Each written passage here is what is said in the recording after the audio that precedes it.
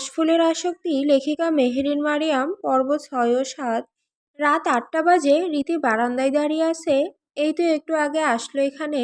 কাল বিয়ে শেষ করে যখন বাড়ি আসে তখন রাত ৪টা বাজে। বাড়ি এসে সোজা রুমে গিয়ে রুম লক করে কান্না করতে করতে ঘুমিয়েছিল। হৃদিক বিরক্ত করেনি। রীতির ঘুম ভাঙে দুপুরে। হৃদিরা চৌধুরীর বকাবকিতে কোনো রকমে একটু খেয়ে আবার রুমে এসে নিহানের কথা, তার আর হৃদিকের ভবিষ্যতে কি হবে, হৃদিক তার ভালোবাসার মানুষকে কেন ঠকাচ্ছে ভাবতে ভাবতে ঘুমিয়ে পড়ে। সন্ধ্যায় উঠে ফ্রেশ হয়ে নিচে এসে দেখে সিয়াম ফুচকা খাচ্ছে। রীতির অনেক পছন্দ, সে কেড়েকুড়ে হলেও খায়, কিন্তু আজ তার মন চাইলেও সে খেলো না। আবার উপরে গিয়ে বসে থাকে। ফোন দরকার তার, নিহানকে কি করলো জানতে হবে। পরে অশান্তি নিতে না পেরে বারান্দায় যায়। কিছুক্ষণ পরে হৃদিক এসে হুট করেই ঘুরিয়ে বারান্দার গ্রিলের সাথে চেপে ধরে কিস করা শুরু করে। রীতি দুই হাতে ধাক্কাতে ধাক্কাতে হৃদিককে সরিয়ে আমতা আমতা করে বলে, কি করছেন হৃদিক ভাই? তোর শর্ত মতে আমি তোর সাথে ইন্টিমেট হতে পারবো না, কিন্তু তোকে কিস করব না বা হাত ধরবো না, একটু আদর করব না, রোমান্স করব না তা তো বলিনি। মাম্মা মানে? হৃতিক হৃদির কথায় পাত্তা না দিয়ে ঠোঁটে ঠোঁট ডুবিয়ে দেয়। হাত দুটো চেপে ধরে যাতে রীতি ছটফট কম করে, কিন্তু হাত ধরার পরও রীতির ছটফটানি কমল না। হৃদিক বিরক্ত হয়, বেশ শক্ত গলায় বলে, ডোন্ট ডিস্টার্ব মি। ছটফট করলে আরও অনেক কিছু করব। তুই ইন্টিমেট হতে না করেছিস মানে অনলি সেক্স করতে পারবো না এমনটা বলিসনি, তোকে ছোঁয়া নিষেধ। এখন আমাকে বিরক্ত করলে বিছানায় ফেলে সেক্স বাদে সব করব। এবার রীতির ভয় হয় শান্ত হয়ে। হৃদিক আবার ঠোঁটে ঠোঁট ডোবায়। একটু পরে কি ভেবে রীতির দিকে তাকায়। রেসপন্স করছিস না কেন? রীতি কিছুই বুঝতে পারে না। অবুঝ চোখে তাকিয়ে ভাবল সে তো ছটফট করেনি। তারপর মাথা নিচু করে মিনমিন করে বলে, আমি তো ছটফট করিনি, তাহলে কিসের রেসপন্স করছিস না কেন? রীতি থতমত খেয়ে অবাক চোখে তাকায়। আগে কখনো কাউকে কিস করিনি তো। মুভি বা ভিডিওসে দেখিসনি কখনো? কিন্তু কখনো করিনি তাই। হৃদিক দীর্ঘশ্বাস ছাড়ে। এখন একে কিস করাও শেখানো লাগবে। তারপর আবার একটু খুশিও হয়। নিজের হাতে পেলে পুষে বড় করা বউ বলে কথা। 12 বছর পর্যন্ত নিজের মতো করে শিখিয়ে পড়িয়ে বড় করেছে। জামা কাপড় বদলানো আর গোসল বাদে তো সবই হৃদিক করতো। আর দেশ ছাড়ার পরও তার মতোই বড় করা হয়েছে রীতিকে। তাই এসব থেকে হৃদিকই তাকে দূরে রেখেছে। এখন এগুলো শিখিয়ে নেবে, সমস্যা নেই তার। হৃদিক গম্ভীর মুখে তাকায়। রীতি এখনো অবুঝ দৃষ্টিতে তাকিয়ে আছে। আমি যখন তোর ঠোঁটে কিস করব তখন তুই আমার ঠোঁটে করবি, আর মাঝে মাঝে আমি তোর ঠোঁটে, আর তারপর তুই আমার ঠোঁটে। বুঝতে পারছিস এভাবে কিস করে? রীতি চোখ বড় বড় করে তাকায় হৃদিকের দিকে। ছি, পাগল আপনি, আমি পারবো না। তাহলে চল বিছানায় অন্য কিছু করিস না, বলেই বাঁকা ডেভিল হাসি দেয় হৃদিক। না না প্লিজ।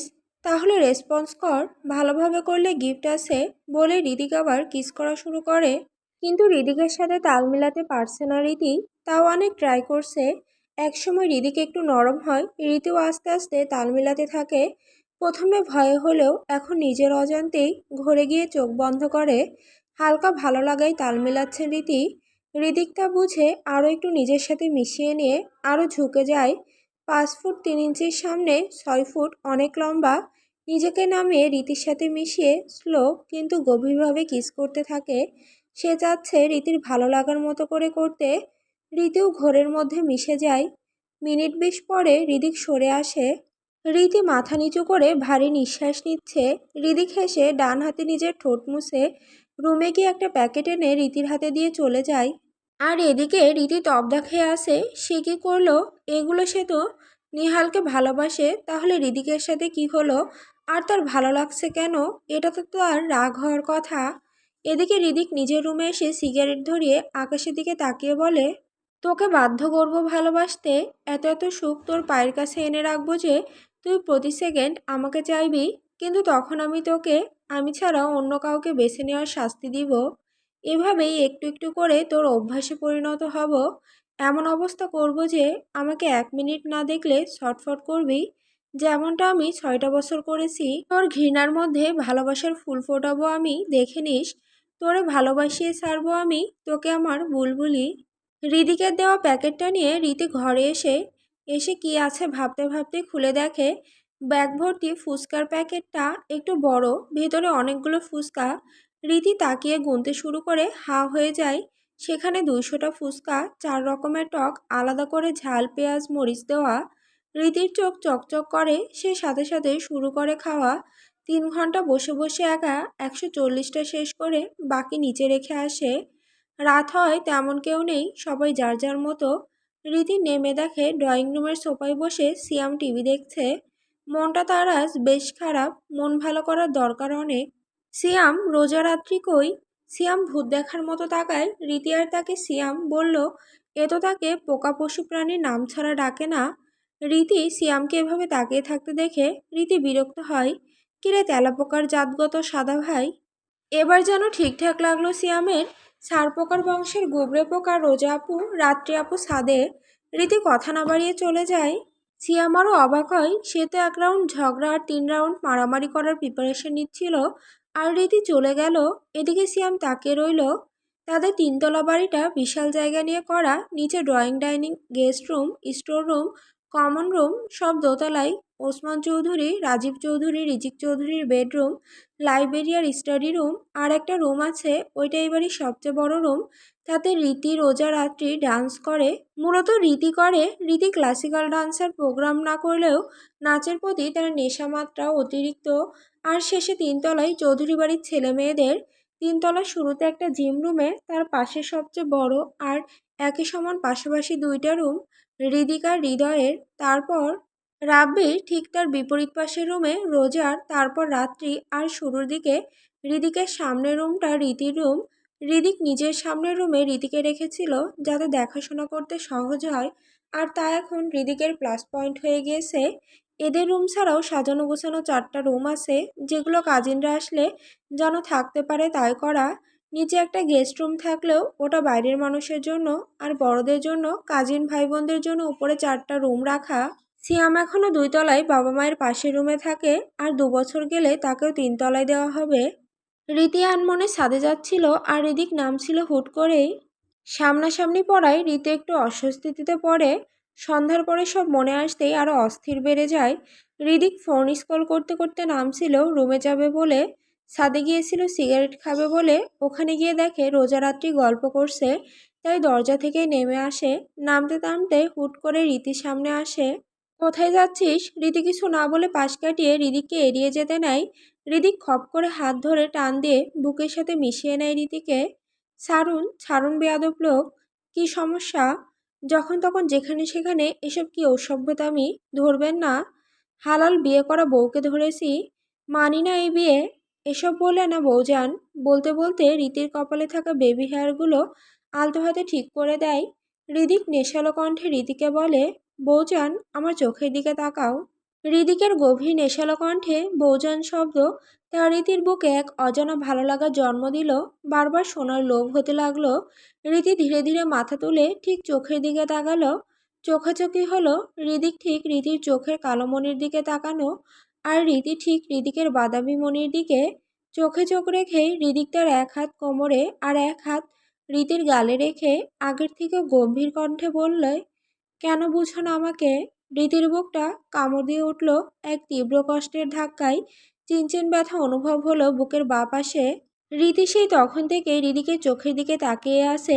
রীতির কেন জানি মনে হচ্ছে এই চোখগুলো তাকে কত কথা বলতে চায়, কত আকুতি। কিন্তু কি বলতে চায়? হৃদিকের চোখে কি আছে? কিন্তু যাই আছে মারাত্মক কিছু, যা রীতিকে পোড়াচ্ছে। কেন হৃদিকের চোখের ভাষা বুঝতে সে ব্যর্থ হচ্ছে? রীতির রাগ হচ্ছে কেন সে পারছে না এই ভাষা বুঝতে। হৃদিক হালকা হেসে রীতির কপালে একটা চুমু দিয়ে রীতিকে রেখে পাশ কাটিয়ে নিচে চলে যায়। রীতি এখনো দাঁড়িয়ে আছে, হাজারো ব্যাকুলতা তাকে ঘিরে ধরেছে। হৃদিক নিজের রুমের সামনে দাঁড়িয়ে সামনের দরজাটার দিকে তাকালো। কিছু একটা ভেবে রীতির রুমের পিনকোড দিয়ে ভেতরে যায়। পুরো রুমে চোখ বুলালো। একটা কিং সাইজ খুব সুন্দর সাদার মধ্যে গোল্ডেন মিরর বেড, বেডের সাথে ম্যাচিং করা সাদা আর গোল্ডেনের ড্রেসিং টেবিল, আলমারি, একটা পরিপাটি স্টাডি টেবিল, একপাশে একটা দোলনা।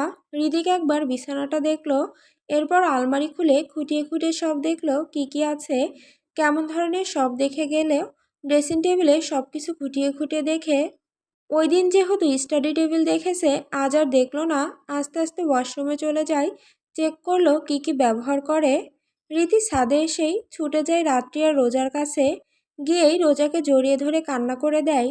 রোজা রীতিকে কাঁদতে দেখে অবাক হয়ে বলে, কিরে রীতি, কি হয়েছে, কাঁদছিস কেন? এদিকে রাত্রিও অস্থির হয়ে যায়। রীতি আপু, কাঁদছো কেন? রীতি ফোপাতে ফোপাতে উত্তরে বলে, রোজা, ঋতিক ভাই কাল রাতে আমাকে জোর করে বিয়ে করেছে, কিন্তু আমি তো নিহান স্যারকে ভালোবাসি। রোজা রাত্রি একসাথে চিৎকার দিয়ে ওঠে, কি, স্বপ্ন টপ্ন দেখছিস নাকি? না সত্যি। তারপর রীতি রোজা আর রাত্রিকে সব খুলে বলে। সব শুনে দুজনে আকাশ থেকে পড়ে। রোজা, রাত্রি, রীতি তিনজনই তিনজনের সব কথা জানে, শেয়ার করে। যেহেতু রোজা রীতি একই বয়সের আর রাত্রি ছোট থেকেই তাদের সাথে সাথে বড় হয়েছে, তাই সাথে সেও আছে। তিনজন চিন্তায় পড়ে আছে।